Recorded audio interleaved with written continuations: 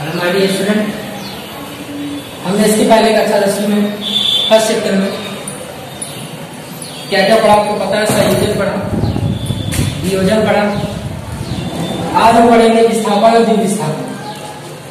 तो आप इसका पहले स्क्रीनशॉट ले लीजिए, उसका पढ़ते बारी बारी से क्या पढ़ना है इसके अंदर।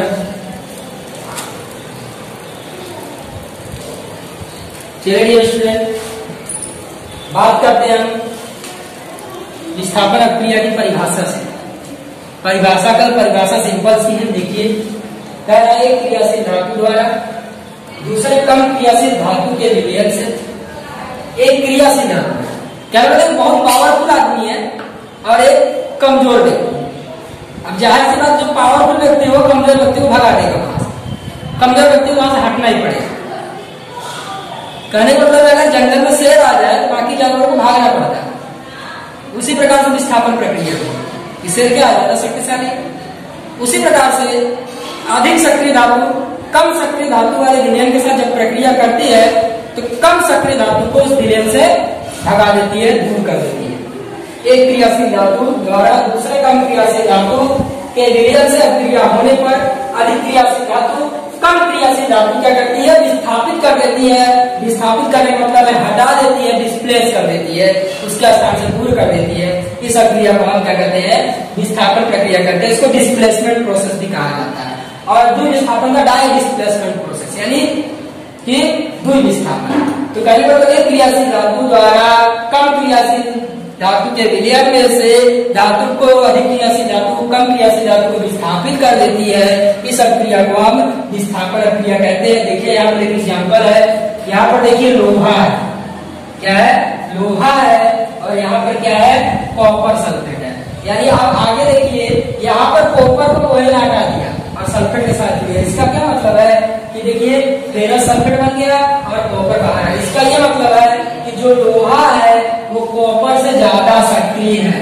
यानी लोहा क्या है, कॉपर से ज्यादा सक्रिय है। इस लोहे ने क्या कर दिया है, कॉपर को विस्थापित। देखिए आप यहाँ देख सकते हैं, यहाँ लोहा है, यहाँ कॉपर के साथ सल्फेट हुआ है। लेकिन यहाँ देखिए लोहे के साथ सल्फेट है। क्यों आ गया, क्योंकि लोहे ने कॉपर को क्या कर दिया, भगा दिया, मतलब भागो यहाँ से, चला गया।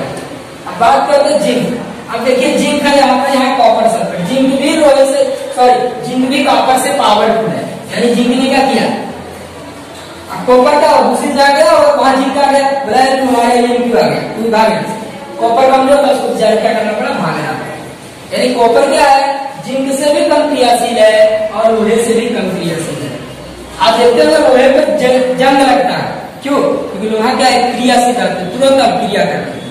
और जिंक पर जंग नहीं लगता है, उस पर लोहे के ऊपर जिंक की परत चढ़ा देते हैं। इसका यह मतलब हो गया कि लोहे सबसे क्रियाशील लोहा, फिर जिंक, और फिर क्या हो जाएगा, कॉपर हो जाएगा। इसी तरह से हम अगले चैप्टर में श्रेणी पढ़ेंगे। धातु क्या पढ़ेंगे, श्रेणी पढ़ेंगे। धातु की एक श्रेणी बनेगी, तो उसमें अभी से ही आप प्रैक्टिस करते रहिए। सबसे ज्यादा लोहा है, फिर जिंक है, फिर कॉपर। अगर आप यहीं से प्रैक्टिस करेंगे तो अगले चैप्टर आपको काफी आसानी होगी।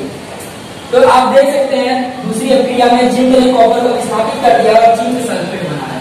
इसी तरह स्टूडेंट तीसरा देखिए लेड है। लेड ने किसको विस्थापित किया, कॉपर को विस्थापित कर दिया। इसका क्या मतलब है, लेड जो है वो कॉपर से ज्यादा क्रियाशील है, इसलिए कॉपर को हटा कर क्या बन गया है, लेड क्लोराइड बन गया है। जिससे बराबर देख लीजिए विस्थापन प्रक्रिया। तो विस्थापन प्रक्रिया वो प्रक्रिया है जिसके द्वारा एक क्रियाशील धातु दूसरे अक्रियाशील धातु के विलयन के साथ प्रक्रिया करके अक्रियाशील धातु को विस्थापित कर देती है। इस प्रक्रिया को हम विस्थापन प्रक्रिया कहते हैं। यहाँ पे आप देख सकते हैं लोहे की प्रक्रिया कॉपर सल्फेट के साथ हो रही है। लोहा कॉपर से सक्रिय होने के कारण लोहे ने कॉपर को विस्थापित कर दिया और स्वयं विलयन के साथ जुड़ गया, फेरस सल्फेट बना दिया। इसी के साथ जिंक की बात करते हैं। जिंक कॉपर से ज्यादा सक्रिय है, इसलिए जिंक ने क्या किया, कॉपर को हटा दिया और जिंक सल्फेट का निर्माण कर दिया और यहाँ पर कॉपर को विस्थापित कर दिया। इसी प्रकार से तीसरी प्रक्रिया में आप देख सकते हैं लेड जो है कॉपर को विस्थापित कर देना। इसका यह मतलब है कि जो लोहा है, जस्ता यानी जिंक है, सीसा है, ये तीनों की तीनों जो धातु है, सीसा वगैरह जो भी हो, वो सारी की सारी क्या है, सीसा रेस्टोरेंट धातु तो नहीं है मेरे ख्याल से, आप डिसाइड कीजिए क्या है, मैं पढ़ा चुका हूँ। तो लोहा, जस्ता और लेड, ये क्या है, कॉपर से ज्यादा सक्रिय धातु है, इसलिए कॉपर को क्या कर दिया इन्होंने, विस्थापित कर दिया है। ये शुद्ध आप इस टॉपिक को पढ़िए और इसमें जो प्रयोग दिया है वो आप पढ़ लीजिएगा। उम्मीद है आपको टॉपिक समझ में आया होगा। अब हम अगले टॉपिक पे आते हैं। हमारे अगला टॉपिक हमारा क्या है, द्वि विस्थापन है। तो आप इसका स्क्रीनशॉट ले लीजिए, उसका द्वि विस्थापन प्रक्रिया देखेंगे।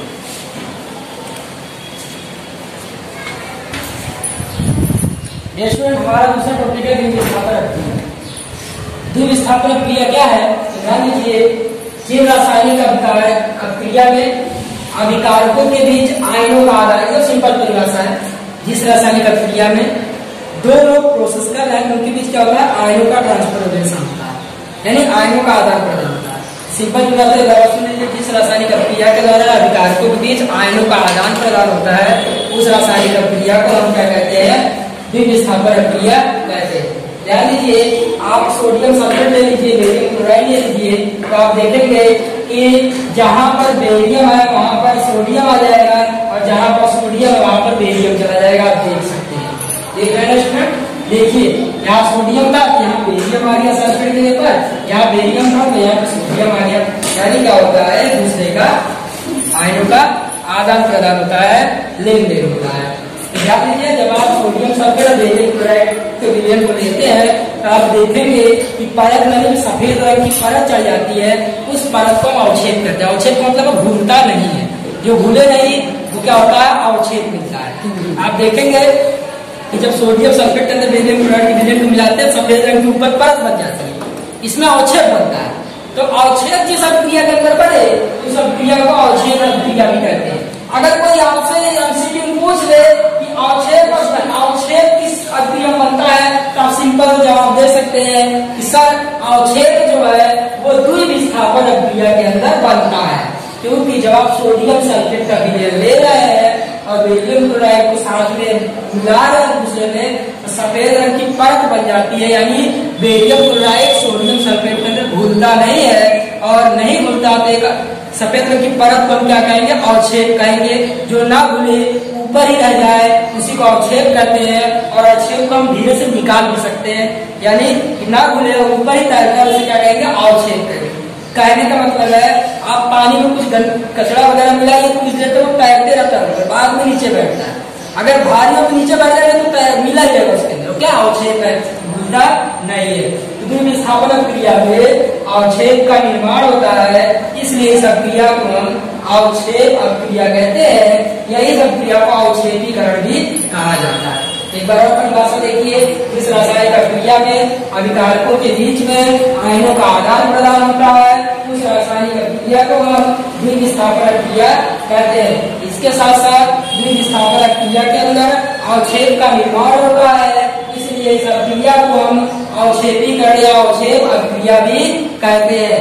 देखिए आप यहाँ पर मैं आपको बहुत अच्छे से इसको बताऊंगा कैसे आयनों का आदान प्रदान होता है। अब आप इसको समझिए थोड़ा बहुत, आपको बुक में नहीं दिया लेकिन मैं इसको बता रहा हूँ, ध्यान से देखिएगा, बहुत ही यूजफुल है आने वाला टॉपिक के।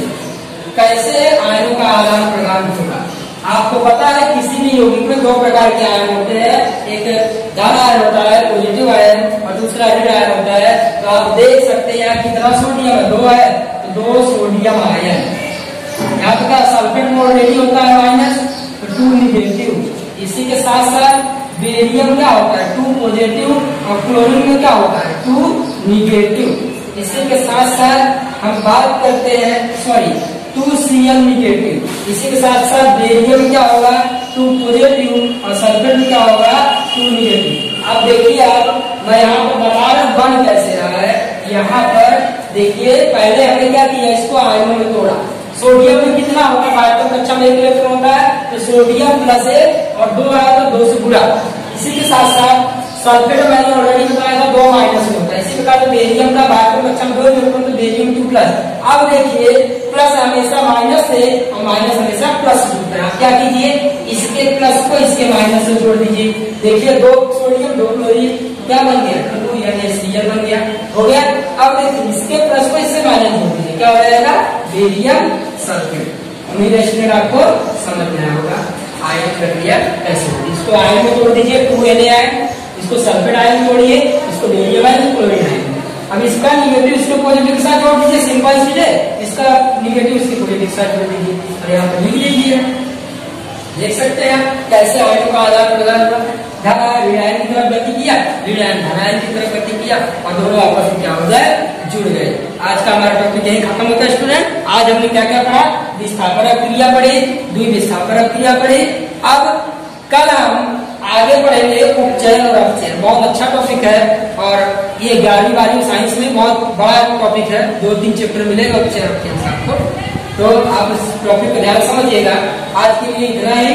आप विस्थापन प्रक्रिया से जुड़ी हुई कुछ क्वेश्चंस वगैरह हैं, हम इसको देख लेते हैं। ध्यान दीजिए, पेज नंबर 15 पर आपको 3 क्वेश्चन दिया गया है। पेज नंबर 15 पे 3 क्वेश्चन दिया गया, उसको हल कीजिएगा, ठीक है। इसके साथ साथ एक्सरसाइज की हम बात कर लेते हैं। एक्सरसाइज में question number 9, question number 9, question number 10, question number 11। Page number 15 पे 3 क्वेश्चन और पेज नंबर 17 पे 3 क्वेश्चन, टोटल 6 क्वेश्चन है। आप उसको कीजिएगा, नहीं करेंगे तो आपको